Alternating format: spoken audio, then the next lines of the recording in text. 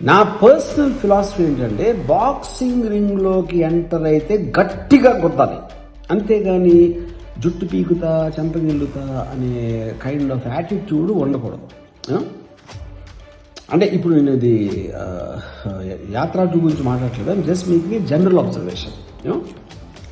So నేను నా ఇది దాంట్లో వ్యూహం కానీ శపథం కానీ దాంట్లో ఐ జస్ట్ వాంటెడ్ టు నిజాన్ని బట్టలిప్పేసి నేకెడ్గా చూపించడం అనేది నా basic intention and objective. Okay, so ఇప్పుడు నన్ను క్వశ్చన్ అడిగారు, ఈ సినిమా పొలిటికల్ సినిమా కదా, ఓకే ఇప్పుడు టీడీపీ వాళ్ళు జనసేన వాళ్ళు చూస్తారా అంటే నేను దానికి ఆన్సర్ ఇచ్చానంటే చాలా ఏళ్ల క్రితం లంబా థియేటర్ అని ఉండేది సికింద్రాబాద్లో, దాంట్లో సెక్స్ సీన్లో ఉన్న సినిమాలు వచ్చాయి.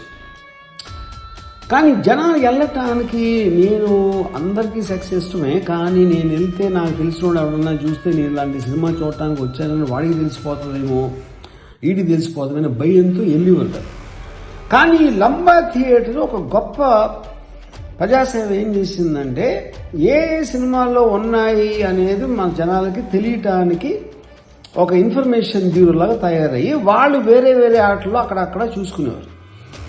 సో సిమిలర్గా నేను రోజు రేపు పొద్దున్న పాన్ చూసినట్టు టీడీపీ వాళ్ళు జనసేన వాళ్ళు వ్యూహం అనే సినిమాని ఎవ్వరికీ తెలియకుండా వాళ్ళ బాత్రూంలో చూసుకుంటారు అనేది నా ఉద్దేశం.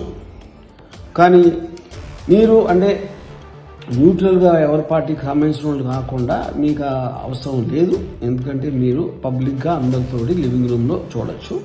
టీడీపీ జనసేన వాళ్ళు బాత్రూంలో చూసుకుంటారు, ఇది ఇన్ఫర్మేషన్. సో వ్యూహం అనేది ఫిబ్రవరి 23 వస్తుంది అండ్ శపథం March 1 వస్తుంది.